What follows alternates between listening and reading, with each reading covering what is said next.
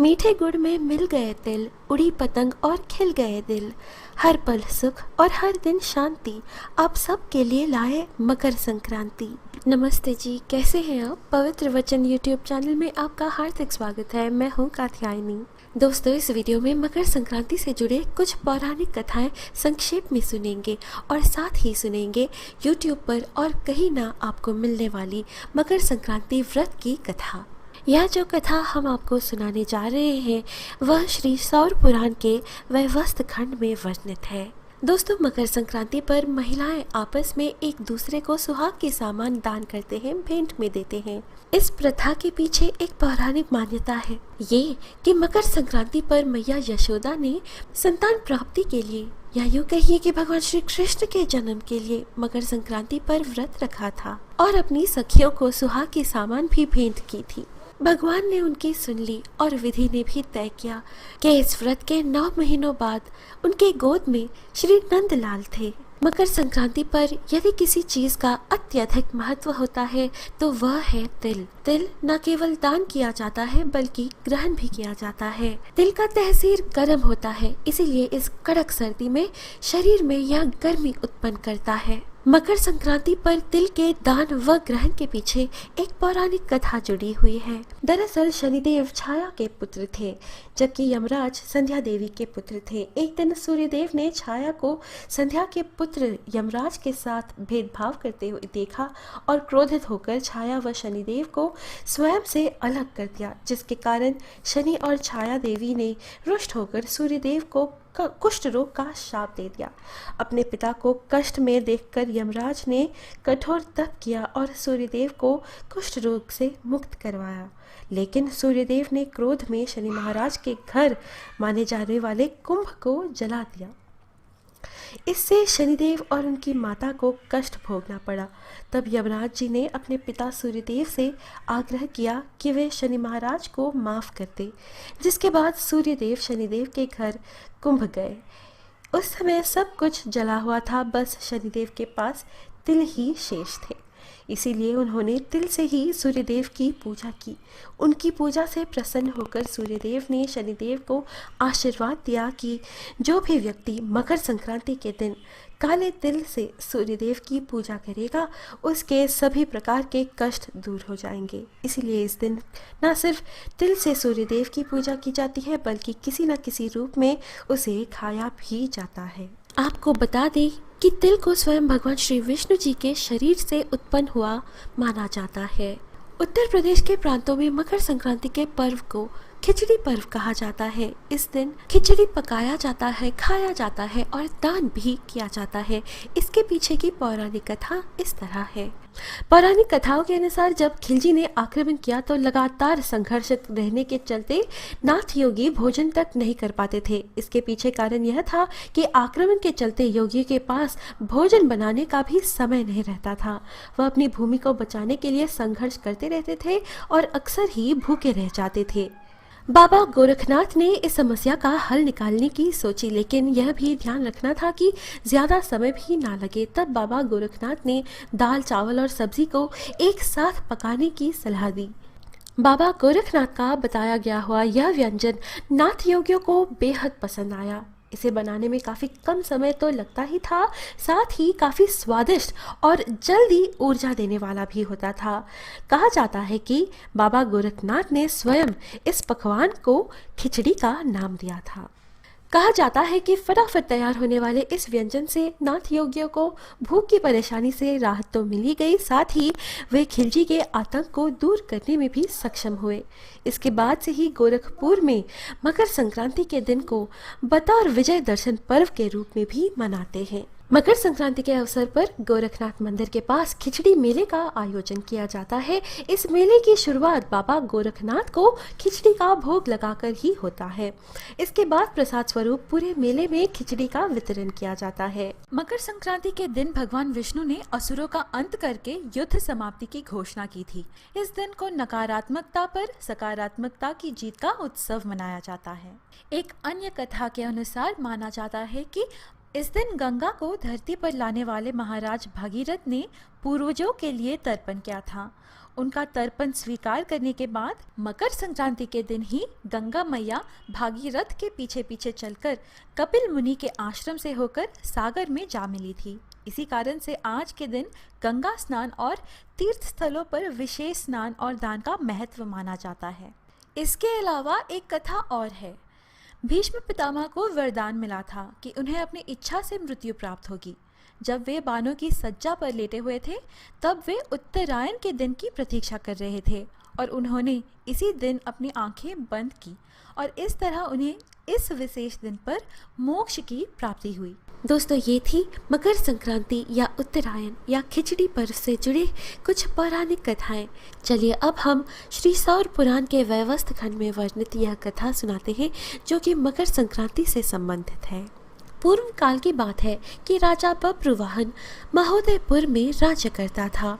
वह राजा बड़ा धर्मात्मा, दयालु तथा गौ, ब्राह्मण और भक्त पूजक था। उसके राज्य में हरिदास विष्णु सेवक बड़ा तेजस्वी था। तदनुसार उसकी पत्नी भी बहुत सुशील और धर्मवती थी, जिसका नाम गुणवती था। हरिदास विष्णु सेवक बड़ा तपस्वी था। तदनुसार उसकी पत्नी श्री भगवान की भक्त और पतिव्रता थी। उसने प्राय सभी प्रसिद्ध देवताओं के व्रत किए, परंतु धर्मराज की यानी धर्मराज नाम से प्रभु की सेवा कभी नहीं की। वह गणेश के, चंद्रमा के, हर तालिका आदि देवियों के, राम कृष्ण जन्म, जन्माष्टमी, महाशिवरात्रि आदि शिव जी के सभी व्रत किया करती थी। बड़ी श्रद्धा से एकादशी का व्रत करती हुई यथाशक्ति दान भी करती थी और अतिथि सेवा से कभी विमुख नहीं रही। इस प्रकार धर्मपरायण या वृद्ध अवस्था में मृत्यु को प्राप्त हुई तो धर्मचरण के प्रभाव से यमदूत उसे आदरपूर्वक धर्मराज के पुर को ले गए। दक्षिण दिशा में पृथ्वी से कुछ ऊपर अंतरिक्ष में धर्मराज का बड़ा भारी नगर है जो कि पापी लोगों को भयकारी है। धर्मराज का पुर 1000 योजन का है। वह चौकोर है तथा उसके 4 द्वार हैं तथा वह नाना प्रकार के रत्नों से शोभायमान। कई मनुष्य जो पुण्य भोगने को गए हैं निवास कर रहे हैं। स्थान स्थान पर गीत सुनाई दे रहे हैं और बाजे बज रहे हैं। उस नगर के 7 कोट हैं। उसके बीच में महासुंदर धर्मराज जी का मंदिर है। वह रत्नों से बना हुआ है और अग्नि, बिजली, बाल सूर्य के समान चमक रहा है। उसके दरवाजों की पेड़ियां स्फटिक मणि की है। हीरो की घड़ियों से आंगन चमक रहा है। उसके मध्य में अनुपम सुंदर सिंहासन पर धर्मराज भगवान विराजमान है। उनके पास चित्रगुप्त जी का स्थान है जो कि मृत प्राणियों के पाप का लेखा भगवान धर्मराज को सुनाया करते हैं।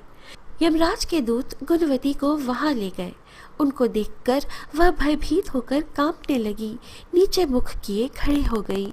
चित्रगुप्त ने उनके पूर्व जन्म के किए हुए पाप पुण्य का लेखा जोखा पढ़कर सुनाया। धर्मराज जी उस गुणवती की हरिहर आदि सब देवों में तथा अपने पति में भक्ति देखकर प्रसन्न हुए, पर कुछ उदासी भी उनके मुखमंडल पर झलकती हुई गुणवती को दिखाई दी।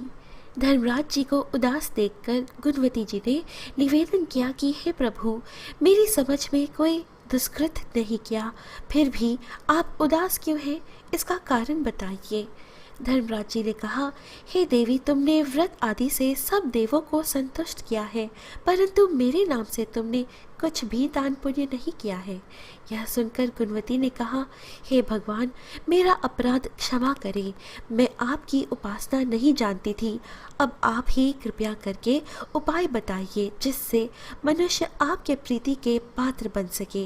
यदि मैं आपके भक्ति मार्ग को आपके मुख्य से श्रवण कर वापस मृत्युलोक में जा सकूं तो आपको संतुष्ट करने का उपाय करूंगी। धर्मराज ने कहा, सूर्य भगवान के उत्तरायण में जाते ही जो महापुण्यवती मकर संक्रांति आती है, उस दिन से मेरी पूजा शुरू करनी चाहिए। इस प्रकार साल भर मेरी कथा सुने और मेरी पूजा करें, इसमें कभी नागा नहीं करें। आपातकाल आने पर भी मेरे धर्म के इन 10 अंगों का पालन करते रहें। गृथ यथा लाभ, संतोष, क्षमा, नियम द्वारा मन को वश में करना, किसी की वस्तु को नहीं चुराना, मन से पर स्त्रियों पर या पुरुषों से वाचना यानी मन की शुद्धि और शारीरिक शुद्धि, इंद्रियों के वश में रहना, बुद्धि की पवित्रता यानी मन में बुरे विचार ना आने देना, शास्त्र विद्या का स्वाध्याय यानी पाठ पूजा, कथा श्रवण या व्रत रखना और तदनुसार दान पुण्य करना, सत्य बोलना, सत्यता का ही व्यवहार और क्रोध ना करना, ये 10 धर्म के लक्षण हैं। जब साल भर बाद फिर मकर संक्रांति आवे तब उद्यापन कर दे। सोने की या असमर्थ हो तो चांदी की मूर्ति बनाए, किसी विद्वान ब्राह्मण के द्वारा पूजन हवन आदि करे। मूर्ति की प्राण प्रतिष्ठा कर पंचामृत से स्नान कराकर षोडशोपचार से उसकी पूजा करे। साथ में चित्रगुप्त जी की भी पूजा करे। वह सफ़ेद काले तिलों के लड्डू का भोग लगावे। हमारी पूर्ण पुष्टि के लिए ब्राह्मण को भी भोजन करावे और बांस की छावनी में 5.25 सेर धान्य ज्वार जो मुक्ता तुल्य मानी है किसी मंदिर या ब्राह्मण को भेंट करे। स्वर्ग में चढ़ने के लिए सोने या चांदी की नसीनी धर्मराज मंदिर में दान करे।